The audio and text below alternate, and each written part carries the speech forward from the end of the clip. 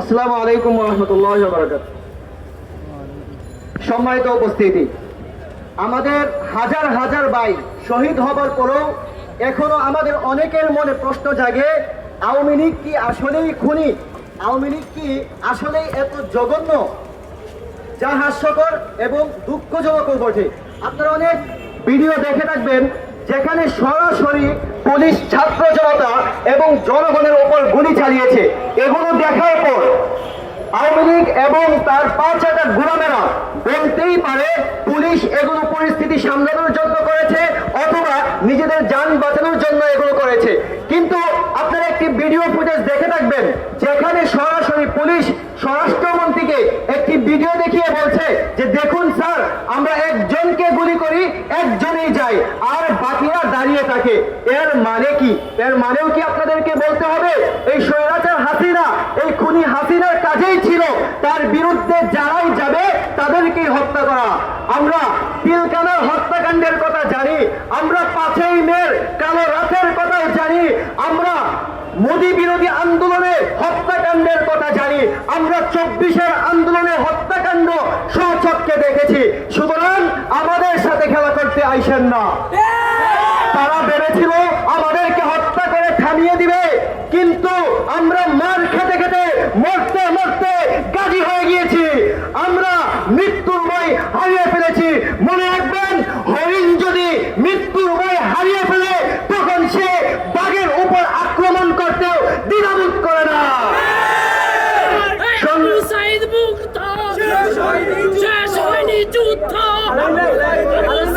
সংগ্রামী সাথী ও বন্ধুগণ, আওয়ামী লীগ সরকার খুনি হাসিনা জুলাই আন্দোলনে পুরো বাংলাদেশকে রণক্ষেত্র বানিয়ে রেখেছিল। তারা একের পর এক আমাদের ভাইদেরকে শহীদ করেছে। তারা স্নাইপার দিয়ে গুলি চালিয়েছে, তারা হেলিকপ্টার দিয়ে গুলি চালিয়েছে, তারা একের পর এক আমাদের ভাইদেরকে গুম করা হয়েছে।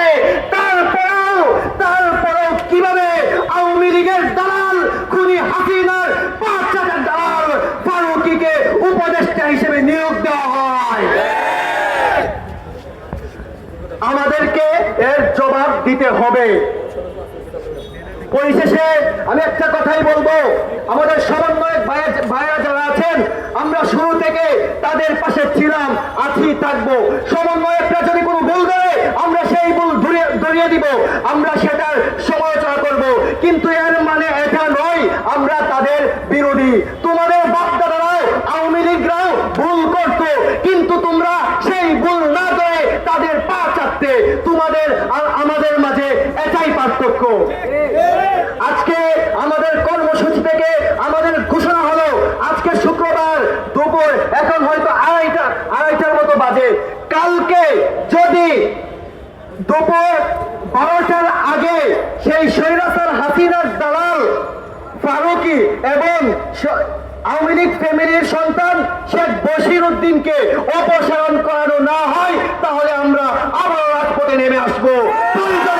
আমরা আবার রক্ত দিব, আমরা আবার জীবন দিব, তবু এই গদি হাতে আওয়ামী লীগের দালালদের অপসারণ করিয়ে ছাড়বো ইনশাআল্লাহ।